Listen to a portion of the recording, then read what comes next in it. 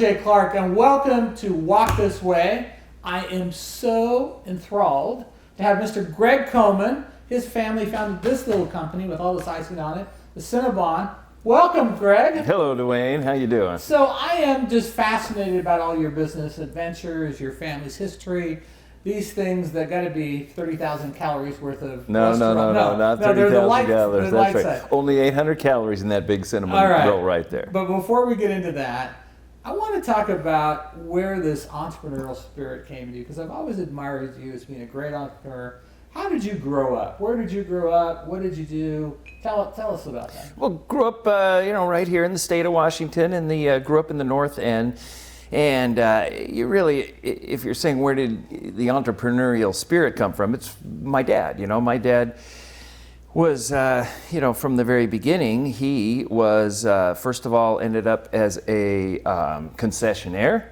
And that just happened through being an avid Husky fan and going to... So what kind of stuff did you do as a concessionaire? Well, first of all, he's a Husky fan, right? A college student. Then after college, 3, 4, 5 years doing other stuff and working well, he kept saying, the concessions at Husky Stadium are a mess. So he goes in. So this is University of Washington Husky Stadium. That's right. So he goes in and asks about what's going on, why is it so poorly run, and all. They go, well, you happen to be, coming in at a good time because the concession contract is up for bid. And so, of the whole stadium? Of the whole stadium. Wow. And so that gets him thinking, and, he has that entrepreneurial mind, and he goes back and gets an uncle of his to, help him with a business plan. They make a presentation, and they end up having the contract to do the concessions at Husky Stadium. Now, did he have a company before that? No, He just had an idea. He had an idea. He was in the food business. He had a burger place called the Hippopotamus. Okay. And from that experience, he had the confidence that he could execute. And now he had to figure it out. And really, to hear those stories growing up and to know what he lived through. When I was a kid, really young, literally they've got stuffing peanuts in bags and things like that to get ready for, the season, his first season. And did they have multiple, stands and concessions in there? Yeah, in there, you have whatever, I don't know how many it was back in the days, or 4, 5, 6, whatever. Well, it was nothing like they do today, but it would have been hot dogs, coffee, sodas, and peanuts, stuff like that. But he ends up with doing a heck of a job his first year, and then the second year, and so he goes, hey, I can make a company of this, and fast forward 5, 6 years, and he's created a thing called Volume Services, and now he's a concessionaire, and he ended up with probably 15 contracts across the country. So what kind of contract? Were they doing state fairs? Oakland, Alameda County Stadium, the Kentucky Derby, what is now Key Arena, Seattle Center was the second one. And so he created a company out of this. And while traveling around, opening these concessions, he sees these themed restaurant concepts and realizes Seattle doesn't have anything like that. And so he decides he wants to, expand on what was his burger stand experience and now open a full-service restaurant. And in the same year, he created a company called Restaurants Unlimited, and he opened Klinkerdegger, Bickerstaff, and Pets Public House. Now, I have to stop you. How did he come up with that name? Well, it was funny. I was just talking to him this weekend. It just happened to be about this very thing. He goes, we're talking about designers for this deal we have up at Roche Harvey, but we'll get into that. But he goes, designers can be really quirky working with them. He goes, I had one helping me with my very first restaurant, and it was going to be this English pub theme. And he helped design everything and do, the stuff on it. And then I told him what the name was going to be, and he quit. Klinkerdegger, Bickerstaff. He goes, I am not going to work on a project called Klinkerdegger, Bickerstaff, and Pets Public House.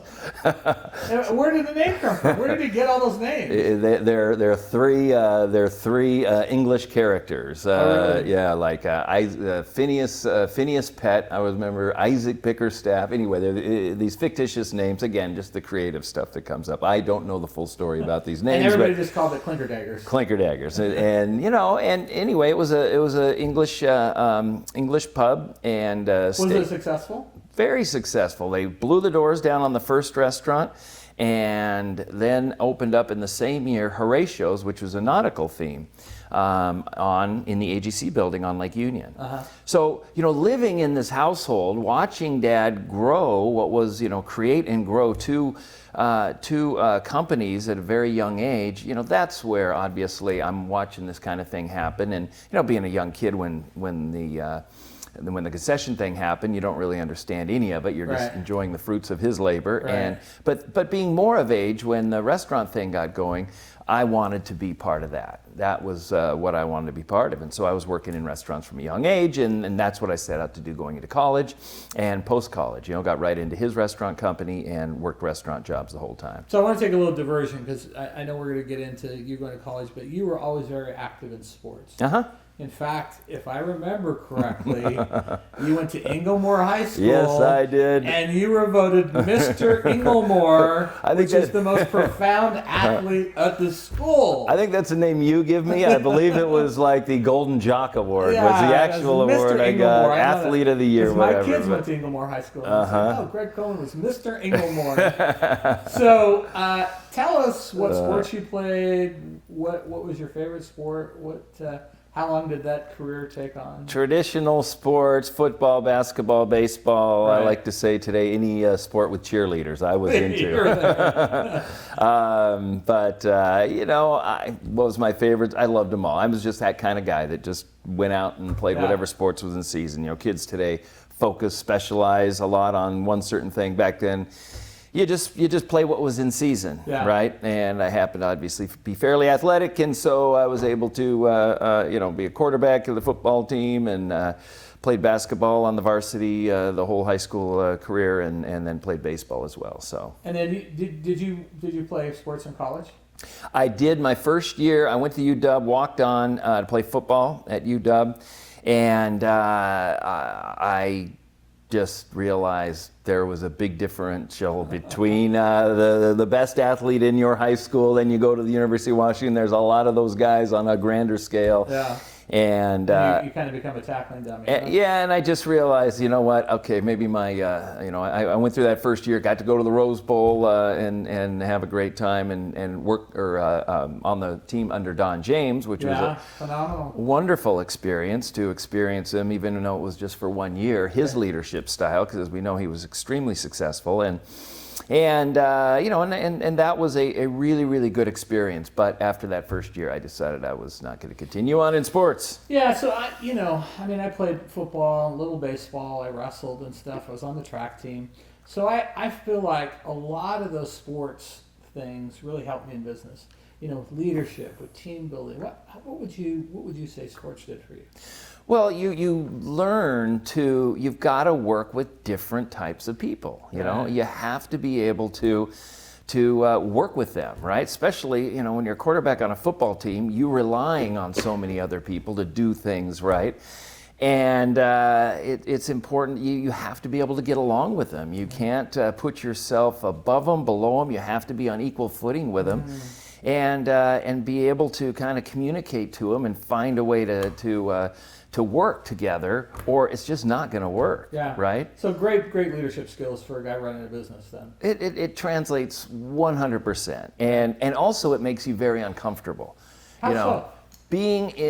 Having to go out and freaking stand behind that center with people in the stands and all that, you get so hyped up. Yes, it's exciting, but there's also risk in that. It can be scary. Right. And the guys on the other side are trying to kill you, right? That's what you're they're talking about business, so essentially. all that stuff goes, and you're putting yourself into a situation where, it'd be a heck of a lot easier to just go sit in those stands, right? Yeah. But, you go through the experience of all the work and prep that goes to get to that place, and then once you go through it, it's just such a great feeling afterwards. Having done something, whether you win or lose, obviously we always want to win every single time. That isn't what usually happens. And at the end of the season, end of the year, whatever it happens to be, the experiences, you just get so much from that, from taking the risk of getting in the game. Metaphorically, you just exceeded my expectations. The parallels are incredible.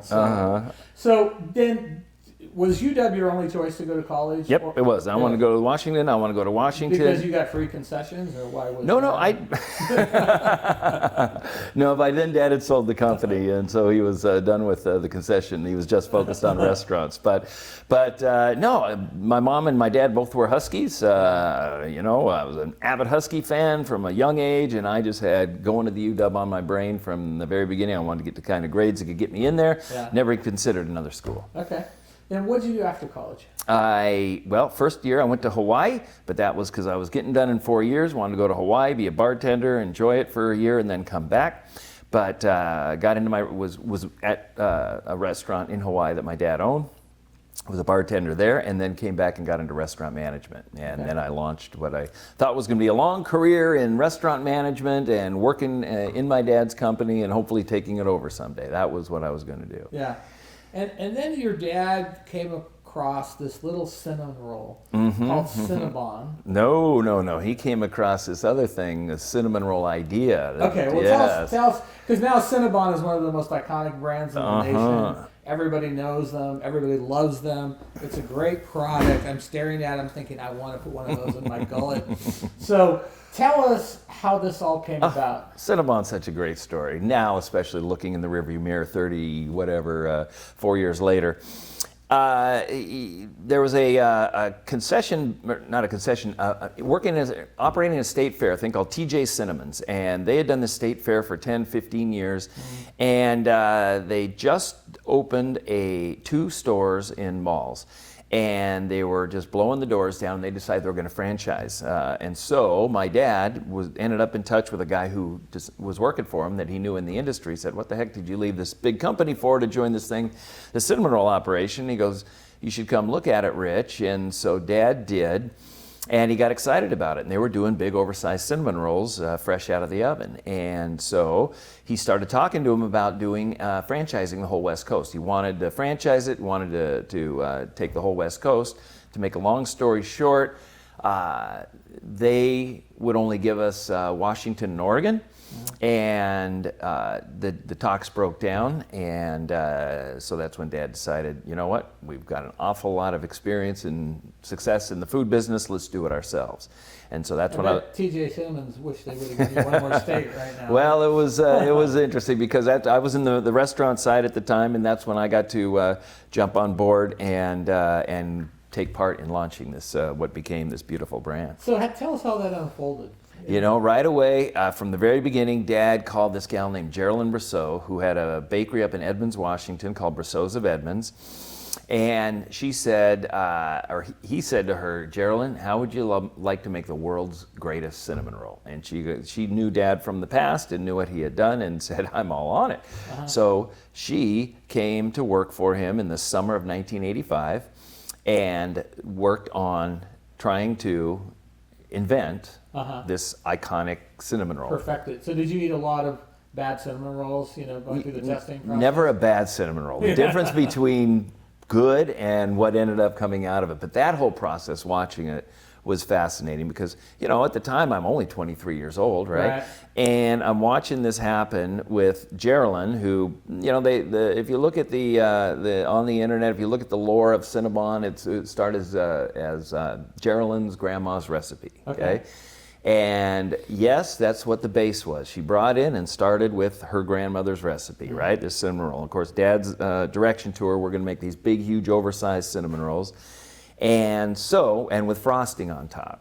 Usually cinnamon rolls had a glaze or something. So, to watch her go through, it was about a 5-month period of time where you go from, what she first was bringing to the tastings, and then watching my dad kind of picked it apart, and first starting with the dough and trying to get the thing as big and oversized to hold up, because when you're taking what had been her grandmother's recipe, which who knows how big the cinnamon rolls were, and now you inflate them to these what became 8 ounces. Probably 4x. There's a lot of stuff. It kept falling in, so you had to build this dough up to where it could hold up to all this goo, the cinnamon, brown sugar, the margarine, and the frosting on top, and not just collapse, right? So watching that process. process. like tasting groups that would come in? You know, it was within Dad's restaurant company. So he'd come down and a couple of the executives and they'd try different things. And I remember about 2 months into it, Geralyn was all proud, brought these rolls out, and Dad comes in and he cuts into it, smells it, sniffs it, tastes it, spits it out and goes, Geralyn, these are nowhere, and throws it in the garbage and walks out and goes, holy cow, what are we doing here?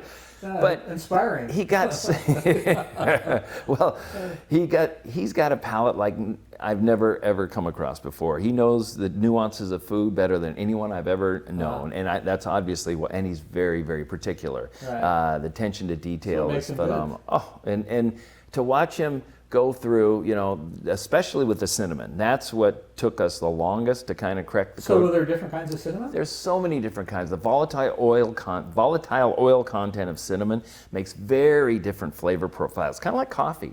You know how coffee in wine, you know, the nuance can be so different. Right. It's all kind of made from the same basic stuff, but for where it comes from and how it's processed, taken care of, and extracted, it creates different flavors. And then not only was the cinnamon roll, you know, 4x bigger than the normal cinnamon roll, but then you wanted to scale. You wanted to make thousands or tens of thousands of this.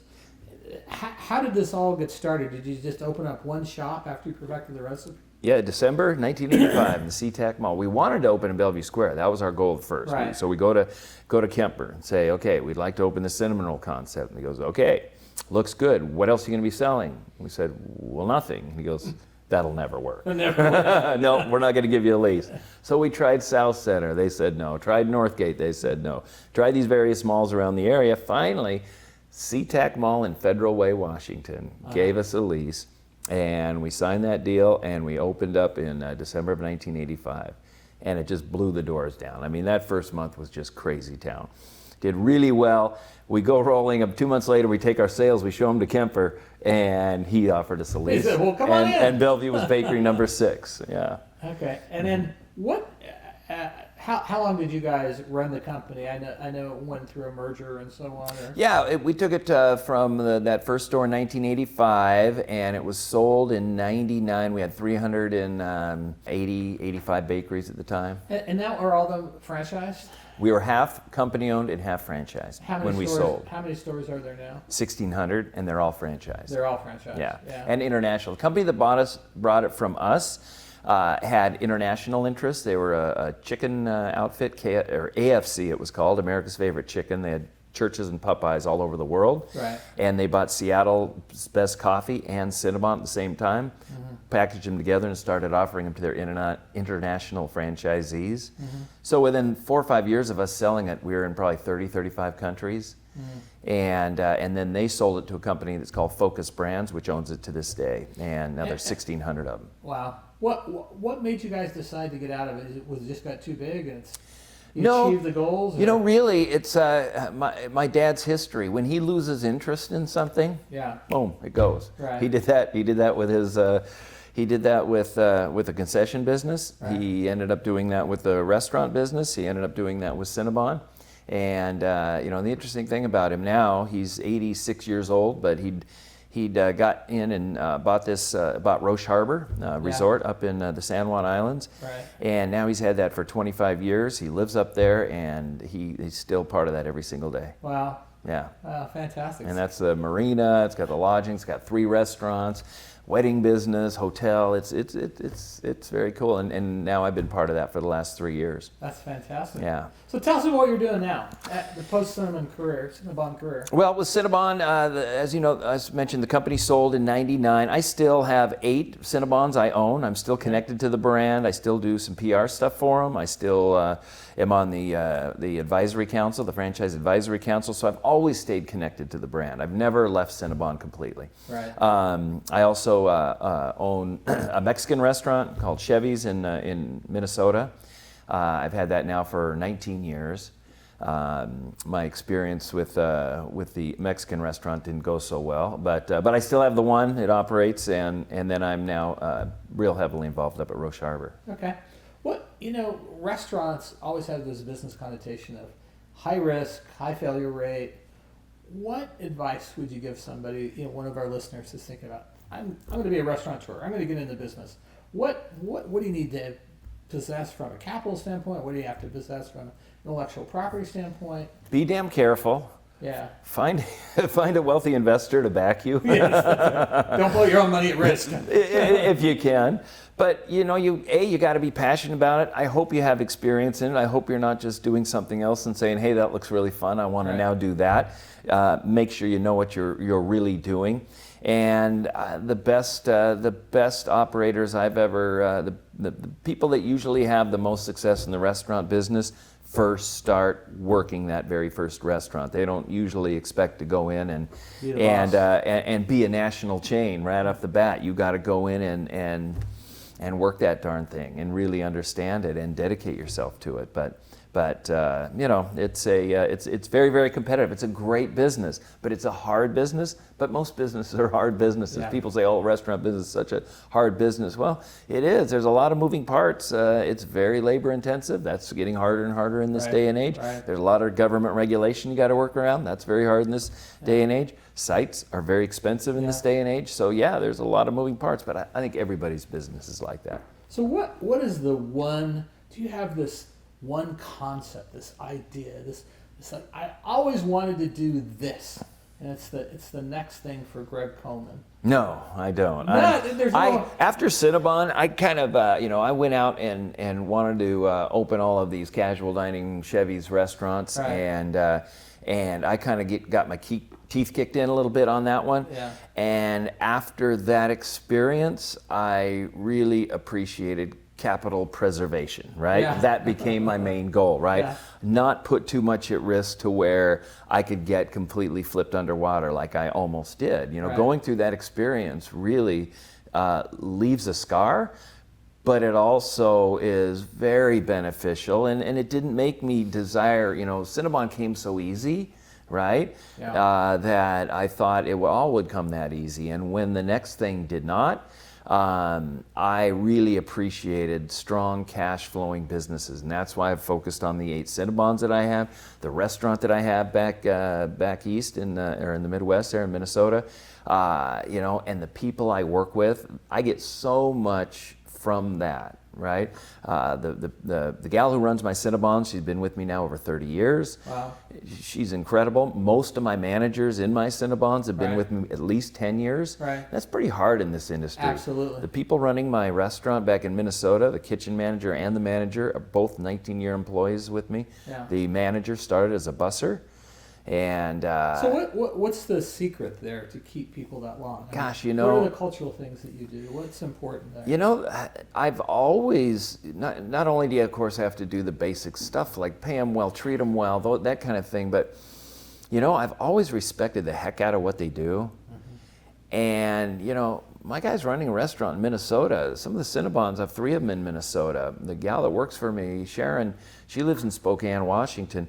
I let them be very independent and run their business. And, I obviously keep an eye on it and manage it from afar, but I respect what they're doing, and I know they know what is going on in those units better than I know what's going on in those units. So you get a lot of freedom and independence. I do, and fortunately it appears to have worked because they've been with me a long time. They know where our standards, they know what this thing has. That has to be hot and fresh, out of the oven, within 30 minutes on that hot plate. They know that, and they do that. They know that's what you have to be doing. They know how to execute. Yeah. They know the standards. We have high standards, but I let them do their job, and they stick around. It works.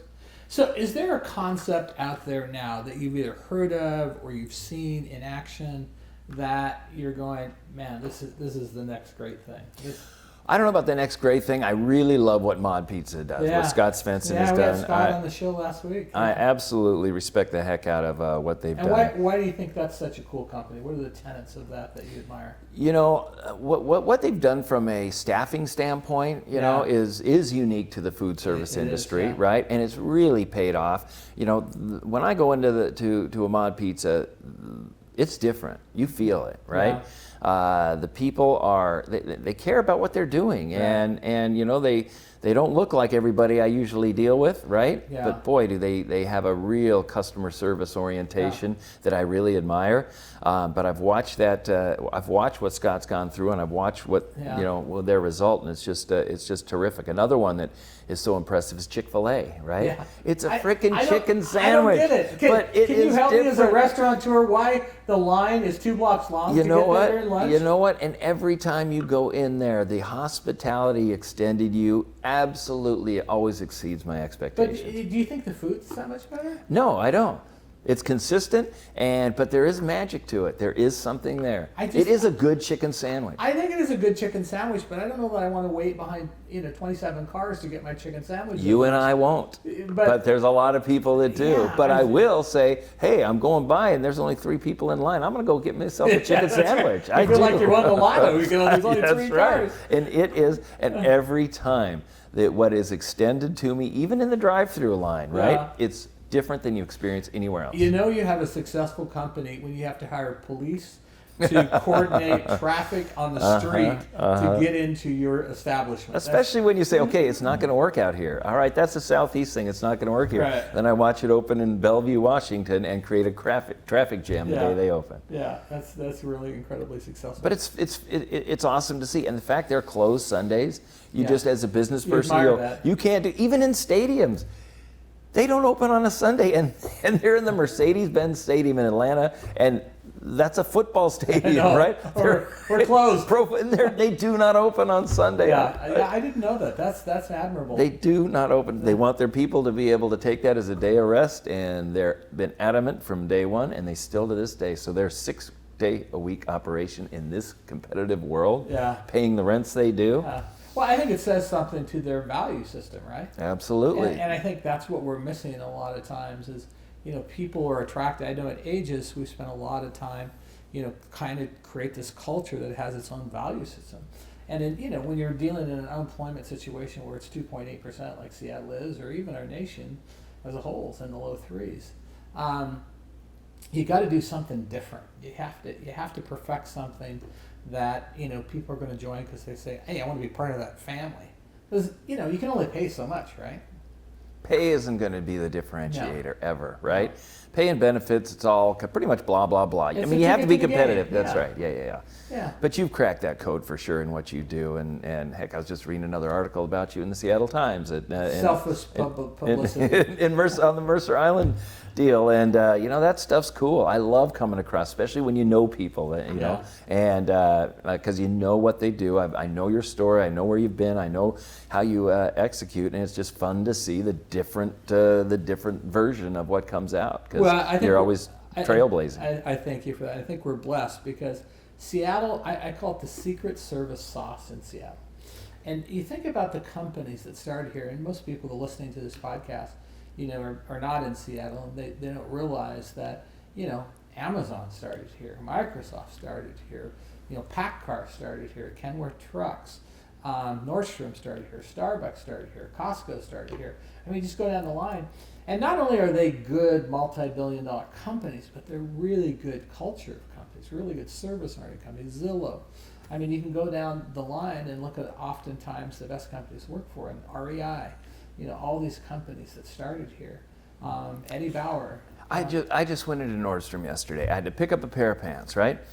Easiest thing in the world, go in there. They've made it so easy. They have that deal on the second floor. I zoom in there. I see a guy that I've seen there a lot. He's kind of the manager of that area. He's mic'd up and stuff, and I've talked to him. I remember talking to him when he was new to Seattle. And I started a conversation with him, and, the experience of going in there and having it available, and he was talking about how they do more online sales in that Bellevue Nordstrom than anywhere else in the company. And we were talking about the difference of being able to just know what I'm getting when I go in there, because I happened to, last time I was in Nordstrom, be coming up an escalator, I see the guy that usually sells me pants. Hey, the sale's going on, blah, blah, blah. You want? Well, I don't really need pants. He goes, I got some, and boom, he pulls me in, and all of a sudden I've bought a couple pairs of pants. 4 in the back room for you. Yeah, and now the dang thing is getting tailored. Now I'm picking them up. Well, I start this conversation, and Blake Nordstrom's name comes up because I was saying, incredible man. Being able to talk to you the way you've treated me the past year and a half since I first came in here, to go to the way Nordstrom has made this so easy that I know I can just walk in here, grab this thing, and I don't want to go fight them all. I want to go grab my pants and get the heck out of there. and they're offering me that ability. And we start talking about sharing because he came from Chicago, and why he's out here and what he's getting from his Nordstrom experience.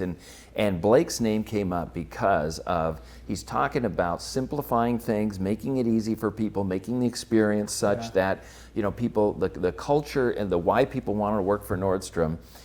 It's incredible when you can walk in and have a guy now, obviously, that had passed away recently, so tragic. Yeah, last January. But to have his fingerprint still on that company, and they remember it, they think about him, what he's done, and that you think about Nordstrom and their service mentality, what they offered from such an early early period of time. It had an impact on me. I hear about this stuff when I was in my teens, when I'm in my 20s, in my 30s, right? From what the founders of Nordstrom did to the generation day that runs the thing. Those things have impacted Seattle in a big way, and that service culture you're talking about in Seattle, I think, is owed to immigrants like that started it. I absolutely 100% agree. And one thing about Blake, who was just a precious man, a good friend. We sat at this table right here probably 8 months ago, and one of the things about Blake, he was the most humble guy. Yeah, a lot of times CEOs get wealth and get power and get this prestige, and it goes to their head, and and then it affects the culture, right? Blake was just the opposite. If you didn't know he was the CEO and president and the founding family, you could ask him to bring you a pair of shoes, and he wouldn't say anything. He'd go get you the shoes and bring them out and help you try them on. Unbelievable person. Just the most incredible man, and just a huge loss for our country and for the Nordstrom family and for Seattle as well. And it sure is. But you're right. They absolutely created a culture here. Nordstrom's is over 100 years old now, I think. And created a culture here that everybody's mimicked, everybody's copied. Sure have, and thank goodness for that, right? Absolutely, because it's created this servant leadership, where I think there's a humility about being a CEO, and it's different. People that move here from New York or from Los Angeles or Miami or Chicago or whatever, they all say the same thing. The kind of companies that have had here, first of all, you guys got a DNA spirit that's second to none in the nation. It's like in the drinking water here. And I think that's why, some of the most famous companies in the world, some of the most profitable companies like Costco and Amazon, Starbucks, are here. And then they always talk about the culture of companies, how everyone puts such emphasis in the culture. And those two things are not separate from each other. That I think is because of the culture. I know with Aegis, because of the culture, that's what's made our success. Same with probably Cinnabon and Chevy's and the other restaurants that you've done. It's those people, the way you treat them. The way you talk about your 30-year-old employees, about giving them freedom and independence. That's what has made your company successful. It's not having the most sexy-looking interiors or coming up with this cool name or branding different. It's the people touching the customer every day. It really is. And you want to. It's fun to be a part of that, right? It's all about these relationships, and that's yes, making money in business is the ultimate goal. That's why we do what we do. Right. But we also go to work every single day with these people, and we want. It's so important. I've always wanted to be able to enjoy the people I'm with, and enjoy the experience of going through this journey with them.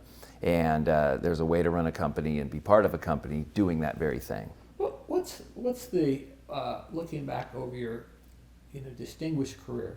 What's the one thing that you say, oh God, I wish I would have done that? You only get one. Well, in retrospect, it was easy. I wish I didn't go down and sell these guys in San Francisco how badly I wanted to take Mexican food restaurants to Minnesota. So that was a mistake. Oh, it turned out to be a terrible mistake. What was involved in your mindset, your decision making? Was it ego based? Was you thought you're going to make $1 million of these? what, in retrospect, you look back and go, this is where I was wrong, my mind was in the wrong place?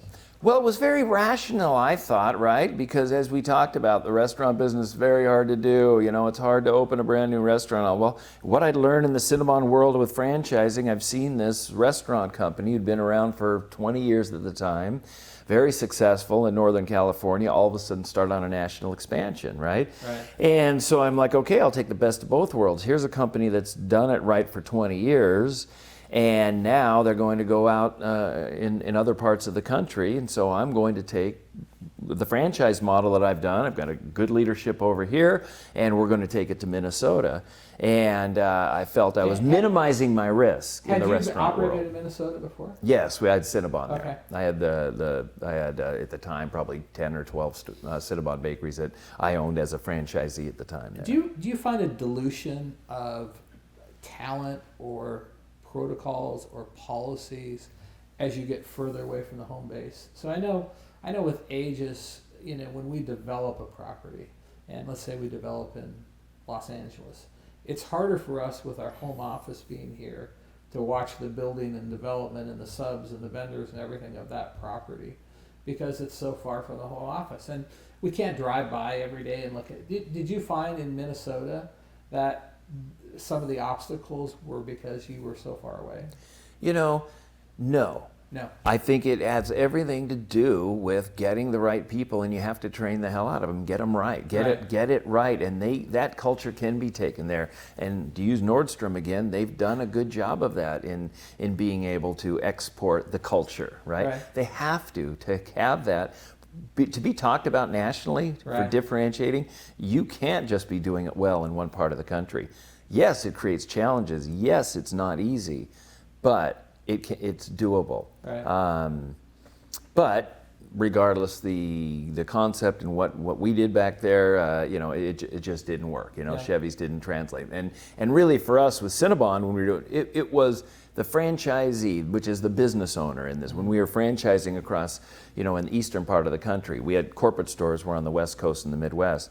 And so it was the individual franchisee was so important because they had to absolutely 100% buy into not only holding up the Cinnabon standards, but the culture that we wanted to have in throughout their company, you know, because everyone can create their own culture, as you know, as a business owner, but they had to adapt that service mentality and high quality mentality in what they were doing.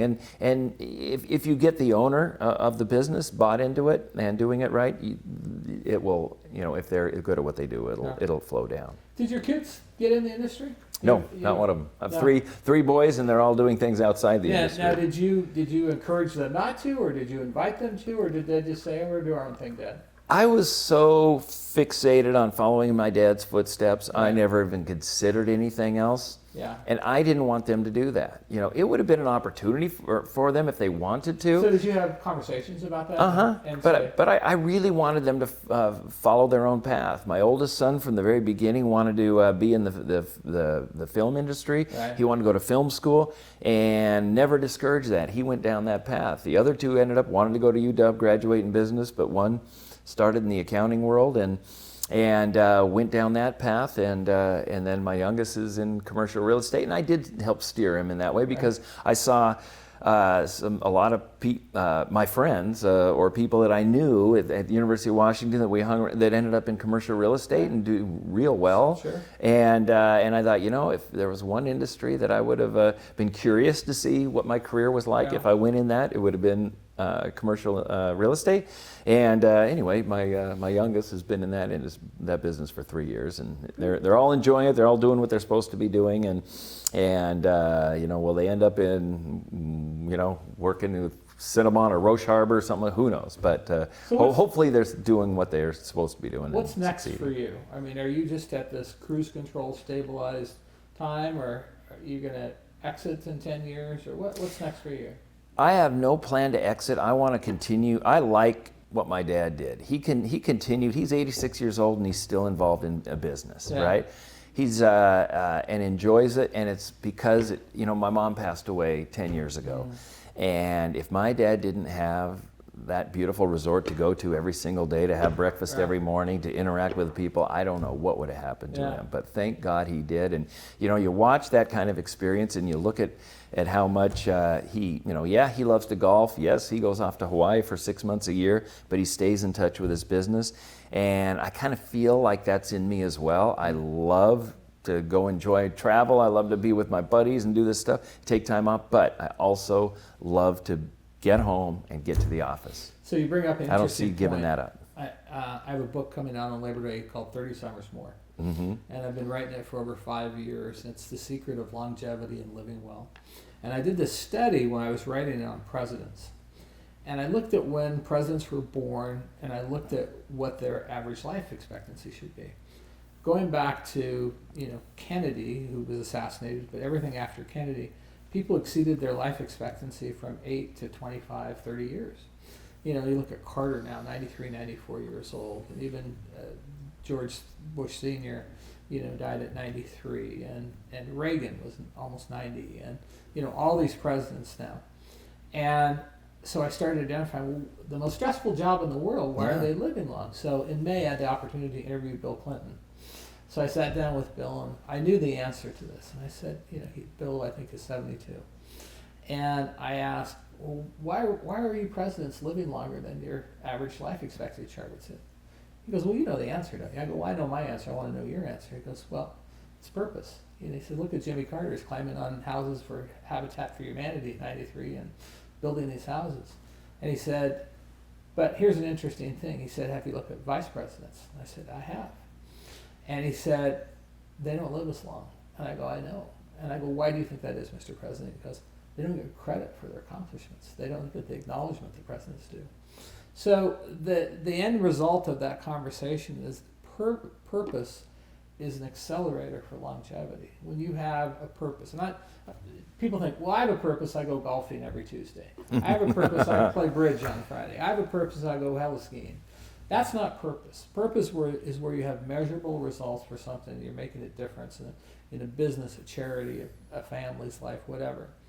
And so, one of the things that we found in this study is that people who engage in purpose in later times of life could live 10, 20, even 30 years longer than those who don't. And there's great science and research behind the opposite, that people who retire at 65 and go golfing die within 5 years.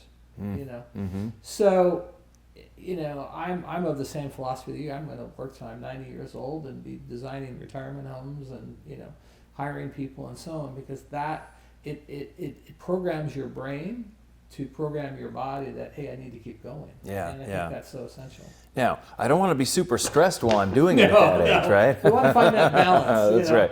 But to have that reason to get out of bed other than just to read the paper, right? Yeah. So last question for you. What was the best advice your dad ever gave you? You know what? It was, you have to work. You have to show up. You have to put in the effort, right? What does that mean? Work? You have to get out there and put in the effort, so right? Does he mean just get a job, or he means you have to kick butt at your job? You have to show up, and you're going through this regardless of what you got to do. Show up with the right kind of attitude. Show up on time. Show up ready to do whatever it is you have to do. Was he right? hard on you? No, he wasn't hard. He wasn't. He set a really good example. Yeah. And you just followed his footsteps. Yeah, I did. I really did. Not just in his accomplishments were incredible. So those were aspirational. Right. But his relationship with my mother, right? They were really close. Right. And I've been married for 34 years here. Wow. And it's one of the greatest gifts I think that mom and dad ever gave me was that example of that stability. Yeah. Right. I really benefited from being in a home like that and seeing them do what they did. It's just paid off dividends hugely because, like I've talked about, these relationships, whether it's with my kids, my wife, or the people that work for me, that's what really fills me up, right? Yeah. And when you say, I'm not looking for the next thing, I'm looking for these things to be as good as possible because that's what really gets me going. Well, one last fast fact. on the longevity side. So Harvard has conducted the longest longitudinal longevity study in the history of man. It's 75 or 80 years old. In fact, JFK was one of the original participants when Harvard was an all-boys school. And they studied everything. They studied genetics, they studied nutrition, they studied exercise, they studied everything, and they came up with what was the answer to what's going to make people live longer.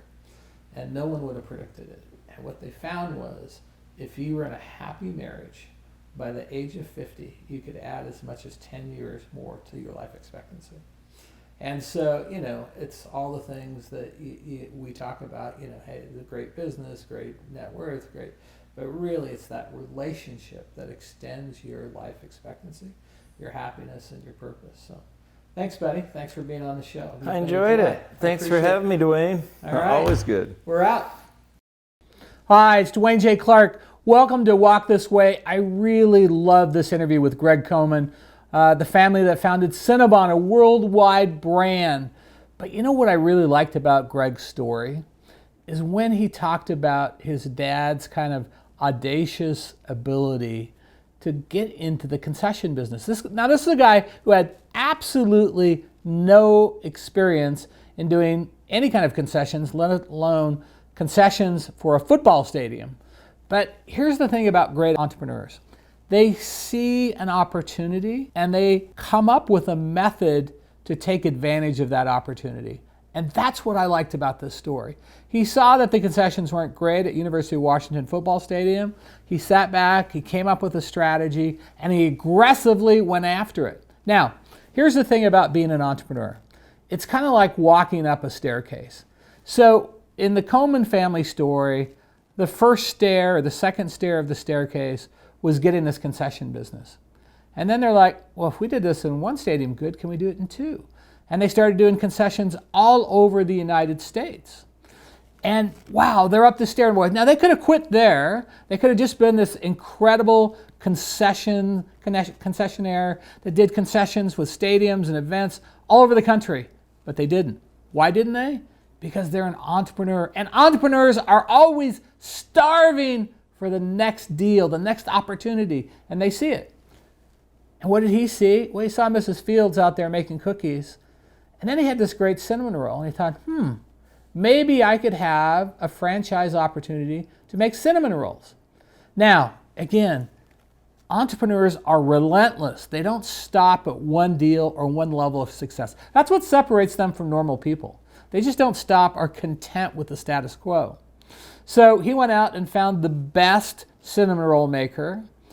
And I love this story that Greg told about his dad, that she would make this cinnamon roll and there'd be dozens of them on the table, and he'd come and taste each one and he'd throw them on the garbage and say, that's crap, start all over. And they made thousands and thousands and thousands and thousands of cinnamon rolls. And that's the issue. You never stop until you reach perfection. You never stop until you have perfected what your idea of perfection is. That's what Cinnabon did. Now, the interesting thing about that company is they grew and grew and grew until the family sold it and they said, no, I think we've accomplished this and we're done. And then the family went on and bought one of the most prestigious resorts in the Northwest, what's called Roche Harbor. And they're still operating. His dad, at 87 years old, still running around. I was there last week, running around operating the place. Again, this goes back to passion. What am I passionate about? And sometimes even if you create a worldwide brand, it's okay to sell it and move on to something you're more passionate about. See, entrepreneurs never stop having passion. They may just have a different level of passion or a different interest in passion. So don't be embarrassed about, hey, I think I've capped out on this company, I'm going to move on, I'm going to do the next thing. And that's what they did. That's what Cinnabon family, the Komen family did, is they've made their mark on restaurants, on concessions, on this worldwide franchise called Cinnabon, and now in a resort living. That's the mark of a true entrepreneur, one that is absolutely relentless about what they go after.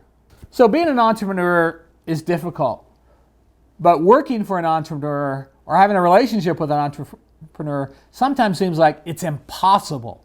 Why is that? Well, the reason is we're popcorn thinkers. Our brains are always exploding.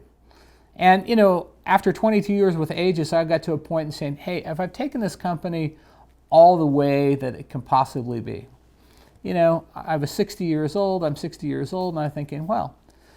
And then I decided, no, I still love this company. It's still growing. It's going to double in size in the next 7 or 8 years.